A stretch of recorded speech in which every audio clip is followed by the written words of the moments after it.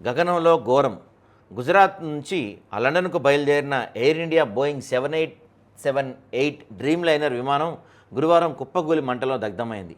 మధ్యాహ్నం 1:38 టేకాఫ్ అయిన విమానం ఇంకా విమానాశ్రయానికి దగ్గరలో ఉన్నప్పుడే ఏదో సమస్య తలెత్తడంతో పైలట్లు పూర్తిస్థాయి అత్యవసర పరిస్థితి ప్రకటించారు. దీన్నే మేడే కాల్ అంటారనమాట. అంటే ఈ మేడే కాల్ అంటే ఏంటంటే వీళ్ళకి ఒక కోడ్ లాంగ్వేజ్, పైలట్స్కి కావచ్చు లేకపోతే నేవీ సిబ్బందికి కానీ ఒక కోడ్ లాంగ్వేజ్ అనమాట. ఎవరైతే 3 సార్లు మేడే మేడే మేడే అంటే దీన్ని మేడే కాల్ అనమాట. 3 సార్లు మేడే కాల్ కనుక చేశారంటే ఇక పరిస్థితి పూర్తిగా చేయి దాటిపోయింది, ఏమీ చేయలేని పరిస్థితిలో ఉన్నాం, దాదాపుగా ఇక చావుకి దగ్గరలో ఉన్న సమయంలో ఈ మేడే కాల్ చేస్తారంట. ఏమన్నా ఛాన్స్ ఉంటుందేమోనని.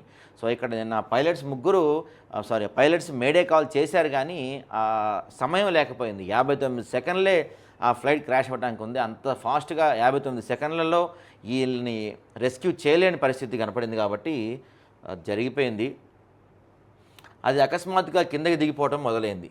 పైలట్తో సంప్రదించిన గగనతల రద్దీ నియంత్రణ విభాగం ప్రయత్నించినప్పటికీ స్పందన రాలేదు. తిరిగి సర్దార్ వల్లభాయ్ పటేల్ అంతర్జాతీయ విమానాశ్రయం చేరుకునేందుకు ప్రయత్నించిన AA-171 విమానం అత్యంత తక్కువ ఎత్తుకు వచ్చి కొన్ని సెకండ్లలోనే విమానాశ్రయ వెలుపల మేఘానీ నగర్లో వైద్యులు, నర్సింగ్ సిబ్బంది నివాస ప్రాంతం వద్ద కూలిపోయింది. అగ్నిగోళాన్ని తలపించేలా మంటలు చెలరేగాయి. దట్టమైన నల్లని పొగలు అలుముకున్నాయి. దుర్ఘటన జరిగినప్పుడు విమానం 230 మంది ప్రయాణికులు, 2 పైలట్లు సహా 12 మంది ఉన్నారు. వీరిలో ఒక్క ప్రయాణికుడు గాయాలతో బయటపడ్డగా మిగిలిన వారంతా ప్రాణాలు కోల్పోయారు. మృతుల్లో గుజరాత్ మాజీ ముఖ్యమంత్రి విజయ్ రూపానీ కూడా ఉన్నారు. లండన్లో ఉంటున్న తన కుమార్తెను చూసేందుకు ఆయన వెళ్తున్నప్పుడు ఈ దుర్ఘటన జరిగింది. ఈ విజయ్ రూపానీ గారి గురించి ఒక విషయం చెప్తానండి. ఆ ఫోటో దొరికితే మీకు చూపిస్తాను నేను. ఆయన మాజీ సీఎం గుజరాత్కి. ఇవన్నీ కూడా ఏంటంటే విజయ్ రూపానీ యొక్క కార్ నెంబర్లు 126 126 126 126. ఆయన అన్నీ 126 అనమాట. అంటే ఆయనకి 12/6 నెంబర్ చాలా ఇష్టమైన నెంబర్ అంట ఆయనకి. ఆయన కార్ నెంబర్ అయినా, ఇంటి నెంబర్ అయినా, ఫోన్ నెంబర్ అయినా ప్రతి దాంట్లో ఈ 12/6 అనే నెంబర్ ఉండేలా చూసుకుంటారంట. నిన్న డేట్ కూడా 12/6, అదే రోజు ఆయన చనిపోయాడు. సో ఆయనకి ఎంతో ఇష్టమైన నెంబరు ఈ 12/6 అనే నెంబరే ఆయన చనిపోయిన రోజు కూడా కావటం. దీన్ని మరి ఎలా చెప్తారో ఏమంటారో తెలియదు. చూడండి, ప్రతిదీ ఈయన కార్ నెంబర్లు ఎన్ని కార్లు ఉంటే అన్ని కార్ నెంబర్లు కూడా 12/6 నెంబర్లే అనమాట. నిన్న 12వ తారీఖు 6వ నెల. సో ఆయన ఇష్టమైన నెంబర్ రోజే ఆయన మరణించడం కూడా జరిగింది. గుజరాత్ మాజీ సీఎంగా చేశారు ఆయన.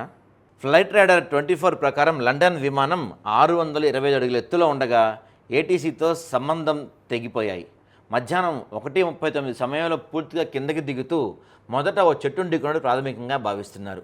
విమానం ఒక భాగంలో ఓ అంతస్తు భవనం ఢీకొట్టింది. ఆ సమయంలో పేలునాటి శబ్దం వినిపించిందని, అప్పుడే విమానానికి భవనానికి మంటలంటుకున్నాయని ప్రత్యక్ష సాక్షి తెలిపారు.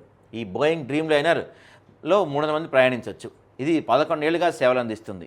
6,817 కిలోమీటర్ల ప్రయాణం కావడంతో విమానంలో 1,25,000 లీటర్ల పైచీలకు ఇంధనం ఉందంట. అంటే ఫ్యూయల్ అందులో యాక్చువల్గా ఇంత పెద్ద బ్లాస్ట్ కూడా ఎందుకైందంటే విమానంలో ఉండే ఫ్యూయల్ చాలా సెన్సిటివ్ ఫ్యూయల్ అనమాట. ఊరికే జస్ట్ స్పార్క్ రానవసరం లేదు, రాకముందే అంటుకొని పేలిపోద్ది అనమాట. అంత షార్ప్ ఉంటుంది అది. సో ఇంత పెద్ద ఎత్తున దాదాపు 1,25,000 లీటర్ల పైచీలకు ఇంధనం ఉండడంతో ఒక్కసారిగా మంటలు వచ్చినాయి. దీంతో మంటలు అడ్డుకోవటం వల్ల ప్రమాద తీవ్రం ఎక్కువగా ఉందని, విపరీతమైన వేడి కారణంగా ఇంకెవరూ ప్రాణాలతో మిగిలే అవకాశం లేదని అమిత్ షా చెప్పారు.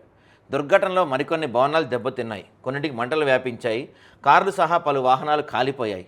ఘటనా స్థానానికి అగ్నిమాపక శకటాలు, ఎన్డీఆర్ఎఫ్ బలగాలు మృతుల కుటుంబాలను అహ్మదాబాద్ తీసుకెళ్లేందుకు ఢిల్లీ, ముంబై నుంచి ఒక ప్రత్యేక విమానాన్ని కూడా ఎయిర్ ఇండియా ఏర్పాటు చేసింది. ఒక్కొక్కరికి కోటి రూపాయలు పరిహారం ఇస్తారంట, కానీ ఎంత ఇచ్చినా వాళ్ళు తిరిగి రారు కదా. అయితే ఇక్కడ పైలట్ గురించి చెప్పాలి. ప్రమాదానికి గురైన విమానానికి కెప్టెన్గా సుమిత్ సబర్వాల్, ఫస్ట్ ఆఫీసర్ క్లైవ్ కుండర్ వ్యవహరించినట్లు పౌర విమానయాన డైరెక్టరేట్ జనరల్ డీజీసీఏ తెలిపింది. సుమిత్కు 8,200 గంటలు, కుండర్కు 1,100 గంటల పాటు విమానం నడిపిన అనుభవం ఉందంట. సో ప్రమాదానికి కారణం తెలుసుకునేందుకు బ్లాక్ బాక్స్ కోసం అన్వేషిస్తున్నారు. దీనిలో ఉండే flight data record, cockpit voice రికార్డులను విశ్లేషిస్తే ఈ ప్రమాదం ఎందువల్ల జరిగిందో, ముఖ్యంగా చివరి క్షణాల్లో ఏమైందో తెలుస్తుంది. సో ఏం జరిగింది ఏంటి అనేది ఇంకా తెలియదు. ఒక బృందం, అమెరికా నుంచి ఒక బృందం వచ్చారంట. మన వాళ్ళు కూడా తీవ్రంగా ప్రయత్నిస్తున్నారు. దేనివల్ల ఇదంతా జరిగింది, ఎవరి తప్పు వల్ల ఇదంతా జరిగింది, ఏ కారణాలతో ఇదంతా జరిగిందని చెప్పి ఒక పెద్ద టీం దీనిపైన చర్చ జరుస్తుంది.